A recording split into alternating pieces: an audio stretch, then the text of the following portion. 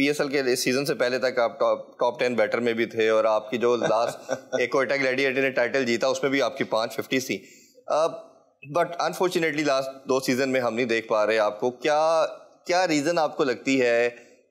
कोई certain mindset है जो अहमद शहजाद को खिला नहीं रहा, या कोई दूसरे लड़के ऐसे हैं? क्योंकि परफॉर्मेंस की हम जैसे बात करते हैं, रिकॉर्ड तो हमें बता रहे हैं कि आप टॉप 10 में भी नज़र आ रहे हैं, आपने परफॉर्म भी किया है, तो क्या ऐसी बेसिक रीज़न आपको फील होती है कि अपनी लीग में चले? इंटरनेशनल की तो हम सेपरेट बात कर ही रहे हैं, इसकी क्या रीज़न दिखते हैं आप? देखिए, कुछ बहुत हर फ्रेटर्निटी की कुछ बहुत तल्ख हकीकतें होती हैं, और उससे ज़्यादा वो सबसे ज़्यादा तल्ख तब हो जाती हैं जब आपको उनका पता लग जाता है, और उससे ज़्यादा मसला तब होता है जब आप वो अवाम के सामने नहीं रख सकते। ठीक, यू नो, तो ये जो क्वेश्चन आपने किया है, इसके आंसर्स मुझे पता है, लेकिन मुझे नहीं लगता है कि वो लोगों को पता लगने चाहिए। अभी एक भरम होता है, वो रहना चाहिए। इन शॉर्ट ये है, जो चीज़ आसानी कर देती है वो ये कर देती है कि अल्लाह की तरफ से सब कुछ होता है। जो कोई कर रहा है वो अल्लाह की मर्जी के बगैर कर नहीं रहा। मैं हमेशा कहता हूँ कि अल्लाह अपने अच्छे लोगों से अच्छे काम लेता है और अपने बुरे लोगों से बुरे ही काम लेता है।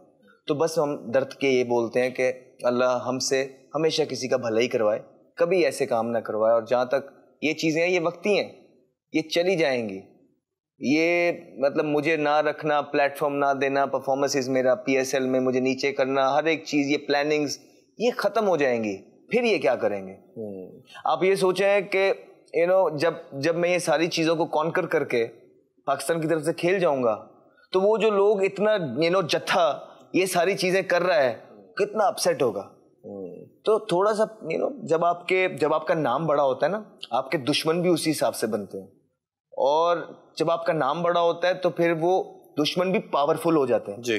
तो वो जब पावरफुल लोग आपके अगेंस्ट हो जाते हैं तो डेफिनेटली वो जो है ना, फिर कुछ ना कुछ करके, बेशक वो एक्सपोज हो जाएं, लेकिन वो चीज कर देते हैं। तो मेरा आज भी डिकोरम यही है कि मैं हमेशा अपने कंडक्ट में रह के बात करता हूँ। मैं कोई ऐसी बात करना चाहूंगा नहीं, ना करूंगा जिससे जो फैंस है क्रिकेट के उनको डिसअपॉइंटमेंट हो। All I can say is this that I am working really really hard, and जो पॉजिटिव्स हैं उनको सोचता हूँ, जो नेगेटिव हैं I try to ignore them, and इंशाल्लाह the day will come that I will come back in the team again इंशाल्लाह। अच्छा, कम बैक की आपने बात की, आपका मिसबाह हक जब कोच बने और चीफ सेलेक्टर भी बने तो आपको और उमर अकमल को तब चांस दिया गया। 3 मैचेस की T20 सीरीज के बेस के ऊपर एक प्लेयर को कैसे जज किया जाए, मुझे आज तक ये मुझे भी नहीं पता लगा।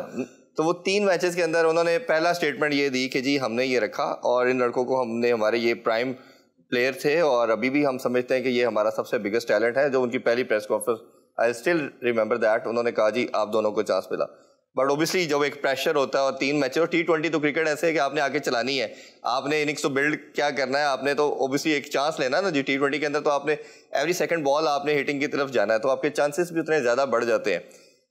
3 मैचेस के बाद दोबारा आपको चांस नहीं मिलता, तो आप क्या समझते हो कि वो प्रीवियस रजीम का था माइंडसेट, या उसके बाद भी रमीज राजा भी आए, उन्होंने कभी आपसे बात की, या अभी सेठी साहब आ गए, इन तीनों रजीम में से किसने आपसे बात करने की कोशिश की? 3 सवाल आपके हो गए।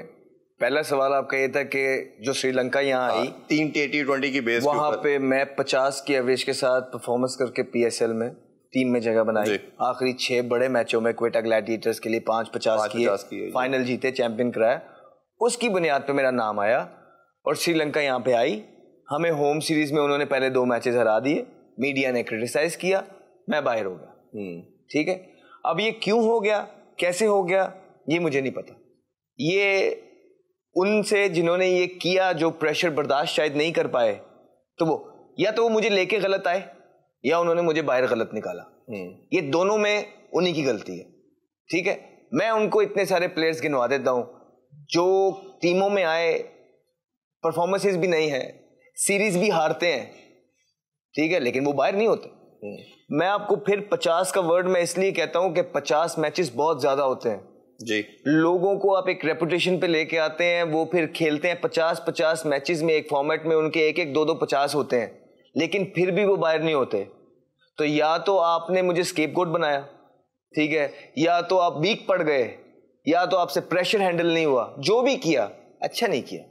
सो ऐसा अगर मेरे हाथ में दोबारा, जैसा मैंने आपको पहले बोला है कि जो चीजें मेरे साथ हुई हैं जो एक पॉजिटिव इंसान होता है वो ये कोशिश करता है कि जब मेरा टाइम आएगा इंशाल्लाह मैं किसी प्लेयर के साथ ऐसा नहीं करूंगा, या तो मैं उसको लेके नहीं आऊंगा, ठीक है, अगर मैं उसको लेके आया हूं तो मैं उसको पूरा साल दूंगा कि भाई ये आपके पास साल है, साल बाद ये साल में हमारे 25 मैच है, इन 25 मैचों में हम आपकी परफॉर्मेंस इवैल्यूएट करेंगे कि आपकी परफॉर्मेंस से मुल्क को कितना फायदा हुआ है, टीम को कितना फायदा हुआ है, या आपकी ये इंडिविजुअल परफॉर्मेंस है कि यहाँ आपने परफॉर्मेंसेस की हैं, यहाँ टीम हार गई, हमें आपका कोई फायदा नहीं हो रहा, ठीक है, तो फिर मैं कहूंगा थैंक यू वेरी मच, बिल्कुल ठीक कह रहे हैं आप। तो 1 साल 8 महीने का गो होता है एक प्लेयर के लिए, लेकिन हमारे लिए अनफॉर्चुनेटली 2 ही मैच है। सेकेंडली मैंने आपसे पूछा कि क्या उसके बाद बाद में रमीज राजा साहब आए, पहले एहसान मानी साहब थे और अभी सेठी साहब है, तो इन 2-3 रिजीम में किसी ने कांटेक्ट किया आपसे? नहीं, किसी ने बात की हो बुला के कि हम क्या चाह रहे हैं, आप कहाँ खड़े हैं? रमीज भाई के साथ मेरी एक मुलाकात हुई थी, वो गालिबन जो मैंने एनओसी लेनी थी श्रीलंकन लीग के लिए, ठीक है, उस मामले में उसमें थोड़ी बहुत उनसे बात हुई, उसके बाद उनसे कोई राब्ता हुआ नहीं, कोई किया नहीं। हाँ जी, सेठी साहब जो है ऑब्वियसली एक हमेशा से बड़ी गहरी नज़र रखते हैं क्रिकेट पे, और उनका एक फर्म स्टैंस है चीज़ों के लिए, और मुझे लगता है कि वो चीज़ें, वो मैंने एक इंटरव्यू में पहले भी बोला था कि वो किसी पर्सनल की इंडिविजुअल की खूबियाँ नहीं देखते, उनके फ़ैन नहीं बन जाते, वो ओवरऑल जो है ना मुल्क की बेहतरी देखते हैं, उनकी एक अपनी बड़ी गहरी आंख है। फिर उनके जो वेल विशर्स भी हैं, जो टाउट्स होते हैं, जो आपके ऑब्वियसली अगर आप चेयरमैन होते हैं तो आपने अपने लोग छोड़ रखे हैं, तो वो उनकी जो ये कॉन्वर्सेशन लेवल उस टाइम पे भी जो है बहुत स्ट्रांग थी, जो हमें क्योंकि जब ये चेयरमैन थे मैं बहुत लंबा हिस्सा खेला और हमारी कम्युनिकेशन लेवल बहुत अच्छा था। तो इस दफा भी मुझे लगता है, और जो चीजें हम देख रहे हैं कि इंशाल्लाह आगे बहुत सारी चीजें पॉजिटिव हैं।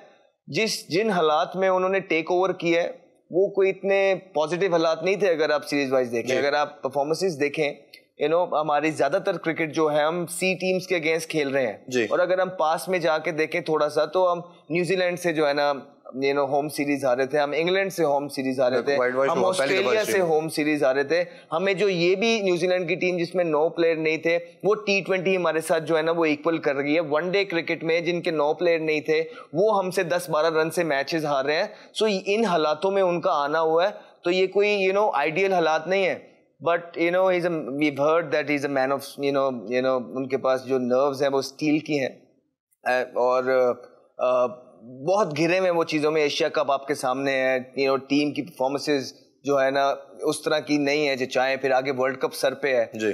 तो I am sure that he will tackle something out, और इंशाल्लाह ताला जो भी करेंगे अपनी टीम के साथ मिलके मुल्क के बेहतरी होगी।